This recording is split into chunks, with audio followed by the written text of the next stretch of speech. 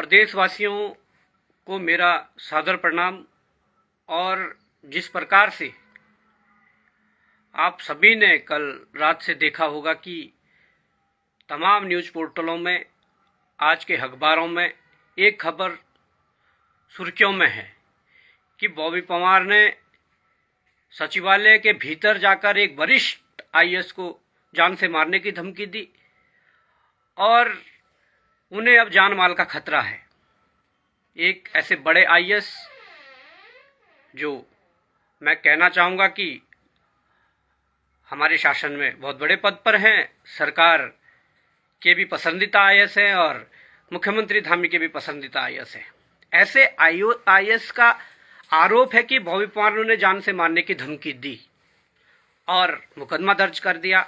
और मैं देख रहा हूं कि डीजीपी तक का बयान है कि बॉबी पवार पर कार्रवाई की जाएगी। निश्चित तौर पर अगर कोई कानूनी कार्रवाई इस पर बनती है तो आप करिए, पर मैं ये कहना चाहता हूं कि जिस प्रकार से आईएएस जो हैं मीनाक्षी सुंदरम, उन्होंने जो अपना पक्ष रखा है, जिस प्रकार से मैं न्यूज़ पोर्टलों में देख रहा हूं, आज सुबह के अखबारों में देख रहा हूं कि बॉबी पवार आए और कोई टेंडर को लेकर दबाव बना रहे थे, तो मैं आईएएस मीनाक्षी सुंदरम को भी कहना चाहूँगा और एफआईआर लिखने वाले अधिकारी को भी कहना चाहूँगा कि सौगंध है मुझे उस मासूम महाराज की कि अगर इस प्रकार के झूठे आरोप बॉबी पवार पर लगाने लगे कि तुम टेंडर को लेकर आए थे और ये तमाम प्रकार के जो झूठे आरोप हैं, तो सौगंध है उस मासूम महाराज की कि हम इस लड़ाई को और मजबूती से लड़ेंगे।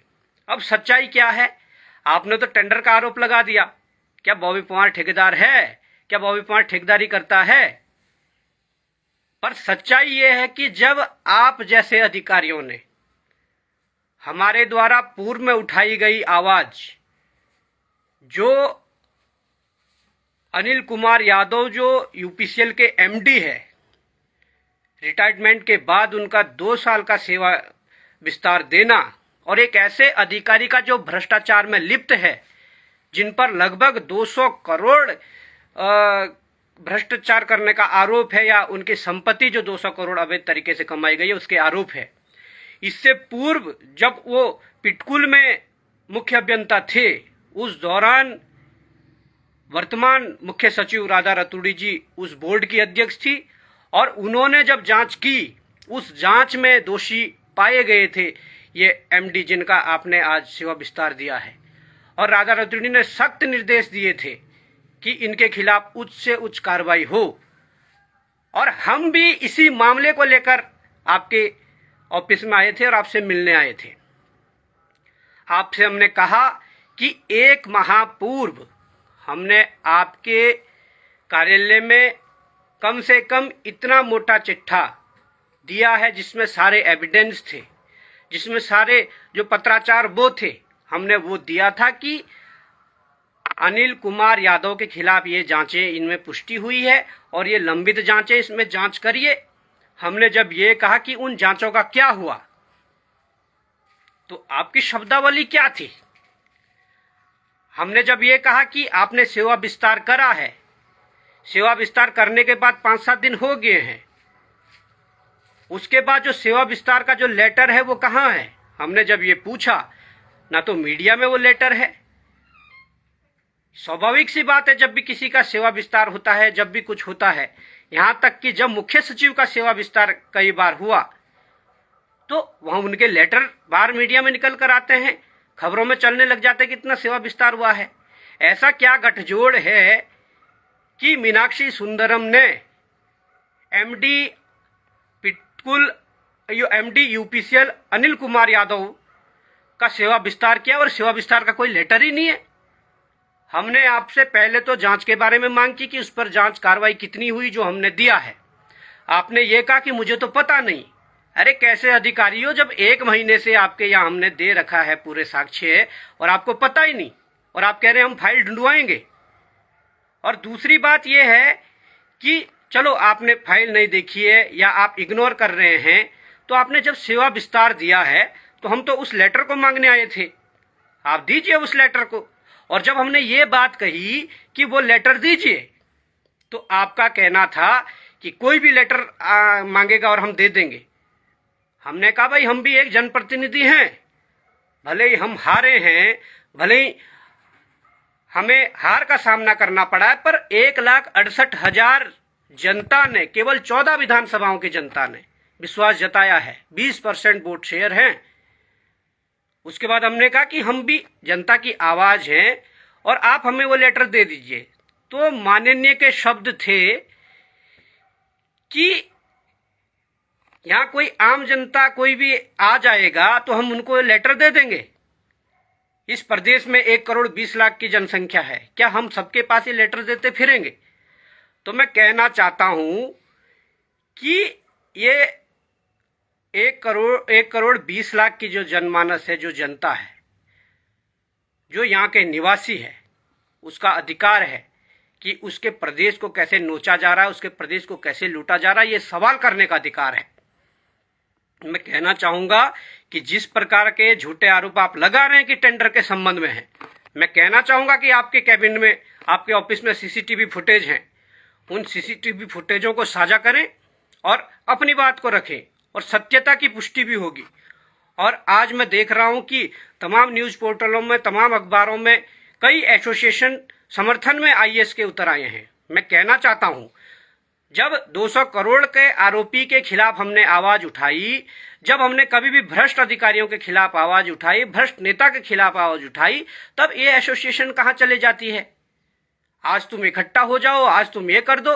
और मैं तो यहां तक सुन रहा था, एक पूर्व सचिवालय संघ के एक नेता कह रहे थे कि सचिवालय में आम लोगों की एंट्री बैन होनी चाहिए। क्या तुम्हारा ये जो सचिवालय है, ये बाप की बपौती है? इस सचिवालय में जाने के लिए उत्तराखंड के एक एक जनमानस के लिए अधिकार होना चाहिए। ये तुम्हारी बाप की बपौती नहीं है कि तुम ये कहो कि सचिवालय में एंट्री बंद होनी चाहिए। तुम नौकरशाह जो ईमानदारी से काम कर रहे हो, उनके लिए हृदय तारीफ करता है, उनके लिए हमेशा हम सलामी करते हैं। पर जो नौकरशाह चोरी चकारी करके, जो भ्रष्टाचार करके इस प्रदेश को लूटना चाहता है, उसके लिए कल भी बॉबी पवार को और उनके टीम का वही स्टैंड था, आज भी वही है और भविष्य में भी वही स्टैंड रहने वाला है। मैं ये कहना चाहता हूं कि जिस प्रकार की चीजें चलाई जा रही है, वो संयोजित तरीके से चलाई जा रही है, सुनियोजित तरीके से चलाई जा रही है। और इसके बाद जो टेंडर वाली बात थी, उसका मैं खंडन करता हूं। आर मीनाक्षी सुंदरम के पास कोई ऐसे एविडेंस हैं तो आप लाइए। और मैं तो कहता हूं कि आपके कैबिन में सीसीटीवी कैमरा लगा हुआ है, आप वहां की फुटेज, वहां की वीडियो निकालिए। और सरकार जिस प्रकार से कह रही है, हमारी पुलिस कह रही है, डीजीपी कह रहे हैं कि गिरफ्तारी का डर दिखा रहे हो, करिए गिरफ्तारी। आप मुझे व्हाट्सएप पर एफआईआर डालकर आप उसके नीचे लिख दीजिए कि आप आइए और गिरफ्तार हो जाइए, हम खुद आ जाएंगे। गिरफ्तारी का डर नहीं दिखाओ। अगर हम गलत हैं, सत्यता की पुष्टि करिए कि गलत कौन है। जो करोड़ों डकार गए इस प्रदेश के, वो गलत हैं या हम गलत हैं? हमने पूर्व में इस पे प्रेस कॉन्फ्रेंस की थी कि इस अधिकारी का सेवा विस्तार नहीं होना चाहिए। मामला संज्ञान में था, मामले को गंभीरता से लेना चाहिए था। उसके बाद जब बिना सेवा विस्तार के लेटर के जब पोर्टलों में खबरें चलने लगी, उसके बाद हमने फिर अल्टीमेटम दिया। मेरी प्रोफाइल पर 25 अक्टूबर को की गई एक पोस्ट पे आप जा सकते हैं। उस पोस्ट में देख सकते हैं, हमने स्पष्ट शब्दों में लिखा था कि भ्रष्ट अधिकारियों का सेवा विस्तार बिल्कुल भी मान्य नहीं होगा, उसे नहीं सहा जाएगा। और अगर सेवा विस्तार होता है तो सेवा विस्तार देने वाले अधिकारी के खिलाफ मोर्चा खोला जाएगा। सेवा विस्तार करने वाला या अनिल कुमार यादव जैसे भ्रष्ट अधिकारी को संरक्षण जैसे अधिकारी के खिलाफ मोर्चा खोला जाएगा। और अगर सेवा विस्तार करोगे तो उसके बाद हमने कहा था कि तुम सेवा विस्तार करो, हम अपना काम करेंगे। और हम अपना काम कर रहे हैं। आप जिस प्रकार के आरोप लगाने आप लगाइए। जिस प्रकार की अभद्रता एक आईएएस पद पर बैठकर जिस प्रकार की चीजें ये कहने लगे, इनका कहना है कि पहले तमाम प्रकार के जो अधिकारी हैं इसमें एमडी में, उनका भी तो सेवा विस्तार हुआ है। क्या इस परिपाटी को बनाओगे? क्या इस परिपाटी को चलाओगे? हमने जब कहा है कि रिटायरमेंट के बाद किसी का भी सेवा विस्तार नहीं होना चाहिए, इससे पीछे के जो हमारे और नौकरशाह है और जो अधिकारी हैं, जो काबिल अधिकारी हैं, उनका हक मारा जाता है। इसमें साफ तौर पर यह देखा गया है कि कहीं ना कहीं इसमें मोटी लेन देन हुई है। इसमें कहीं ना कहीं मुझे लगता है कि जिस प्रकार की चीजें हैं, जिस प्रकार से विभागीय जो मंत्री हैं खुद मुख्यमंत्री हैं, और इतना बड़ा एक ऐसा अधिकारी जिस पे भ्रष्टाचार के गंभीर आरोप है, उसे सेवा विस्तार दे रहे हैं। और जिस अधिकारी ने सेवा विस्तार का लेटर लिखा, जिस अधिकारी ने उस पर हस्ताक्षर किए, हमने अगर उससे सवाल कर लिए, हमने अगर उससे ये कह दिया कि ये कैसे हुआ, तो हम कहीं ना कहीं हम दंगई हो गए, हम कहीं ना कहीं माफिया हो गए। और ये कहते हैं कि तुम कौन होते हो पूछने वाले, कौन होते हो लेटर लेने वाले, आरटीआई से लो। इस प्रदेश में तो 1,20,00,000 की जनसंख्या है। अरे क्या हम पाकिस्तान से आए हैं या बांग्लादेश से आए हैं? ये स्पष्ट तौर पर बता देना चाहता हूं। इस प्रकार की जो कार्यशैली है, ये कतई बर्दाश्त योग्य नहीं है। आज भले ही कई एसोसिएशन समर्थन में आ जाएं, आज भले ही चीजें जो भी हो, आज भले ही यहां डीजीपी के तक स्टेटमेंट छप रहे हो, आप छापिए, और अगर गिरफ्तारी बनती है तो आप गिरफ्तारी करिए। आपको इतनी मशक्कत करने की भी जरूरत नहीं है। जो जांच अधिकारी है वो मुझे व्हाट्सएप पर एक मैसेज कर दें, एफआईआर की कॉपी डाल दें और लिखें कि आपकी गिरफ्तारी होनी है, तो हम खुद आ जाएंगे। पर ये जो भ्रष्टाचार का नंगा नाच इस प्रदेश के अंदर हो रहा है, इसके लिए मुखरता से लड़ते रहेंगे और लड़ेंगे। और अभी ऐसा नहीं है, ये तो ट्रेलर था। आगे देखिए कैसे तुम्हारे कपड़े उतार कर जो भ्रष्टाचार का नंगा नाच कर रहे हैं, अभी तो भ्रष्टाचार से नंगे हुए हैं, पूरे कपड़े उतार कर इन भ्रष्टाचारियों को नंगा किया जाएगा। ये कोई बाप की बपूती नहीं है कि इस प्रदेश में जो भी आया लूट के चले गया और चले, सब चलेगा। आज इस प्रदेश के अंदर जिस प्रकार से भ्रष्टाचार के माध्यम से इस प्रदेश को नोचा जा रहा है, मैं कहना चाहूंगा कि उसके खिलाफ और भी मजबूती से लड़ाई लड़ी जाएगी। इस प्रकार के, मुझे पता था कि इस प्रकार के जो अधिकारी होते हैं वो बड़े कूटनीतिज्ञ होते हैं, वो बड़े चाटुकार होते हैं। वो जो अधिकारी होते हैं, मुझे पता था कि क्या करने वाले हैं, और देखा कि कह रहे हैं कि टेंडर का दबाव बना रहे हैं। अरे किसका टेंडर? कोई एविडेंस है? लाइए। और मैं कह रहा हूं एविडेंस है। आपके कैबिन में सीसीटीवी फुटेज लगा हुआ है, उसकी सीसीटीवी कैमरा लगा हुआ है, उसकी वीडियो निकालिए, उसके फोटो निकालिए, तब जाकर पता चलेगा कि कौन सही बोल रहा है, कौन झूठ बोल रहा है। ऊपर से जब चीजें हम पूछते हैं कि ऐसा होना चाहिए, ये लेटर दे दीजिए, सेवा विस्तार कैसे हुआ, सारी चीजें हैं, उस पर आप ये कह रहे हैं कि भाई ऐसा कुछ नहीं है, हम आम आदमी को नहीं देंगे। तुम्हें एक एक आदमी को जवाब देना पड़ेगा। तो प्रदेश की जनता से मैं ये कहना चाहता हूं कि आज स्थिति ये हो गई है कि अगर भ्रष्टाचारियों के खिलाफ कोई आवाज उठाएगा तो उसके लिए ये लोग संगठित हो जाते हैं। और उसमें केवल ये आईएएस नहीं, उसमें हमारे नेता भी संलिप्त है, और ये नेता इन्हें संरक्षण देने का काम कर रहे हैं।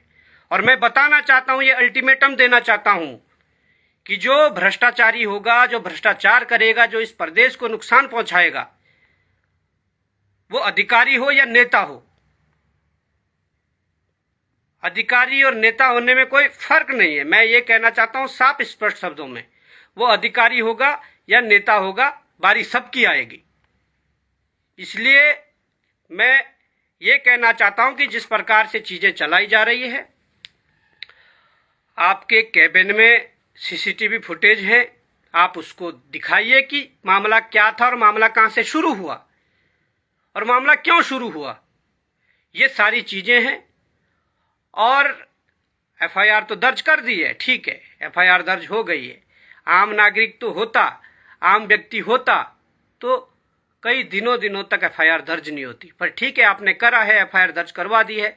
आप उस एफआईआर के बाद जो भी कानूनी कार्रवाई बनेगी, हम उसके लिए तैयार हैं। आप इस प्रकार से गिरफ्तारी का जो ढोंग या गिरफ्तारी का जो डर दिखा रहे हो, हम उससे डरने वाले नहीं हैं। गिरफ्तारी करनी है तो मैंने कह दिया है कि जो इसके जांच अधिकारी है वो व्हाट्सएप पर मैसेज डाल के कह दें कि आपकी गिरफ्तारी होनी है। हम खुद गिरफ्तार होने आ जाएंगे। परंतु इन भ्रष्टाचारियों के खिलाफ कल भी हम लड़ाई लड़ रहे थे, आज भी लड़ रहे हैं और भविष्य में भी लड़ते रहेंगे। और कुछ दिनों में आपको यह भी बताना चाहता हूं, कुछ दिनों में इनके जो काले कारनामे हैं, उन काले कारनामों को उत्तराखंड की जनता के बीच रखकर ये बताएंगे कि ये कितने मसीहा हैं, कौन किससे जुड़ा हुआ है और कहां से चीजें चल रही है। तो साथियों, ये जरूरी था कि मैं आपके सामने आकर अपनी इस बात को रखूं, तो मैंने आपके सामने ये बात रखी। परंतु ये भ्रष्टाचार के खिलाफ जंग जारी रहेगी और लड़ते रहेंगे। जय हिंद, जय भारत, जय उत्तराखंड।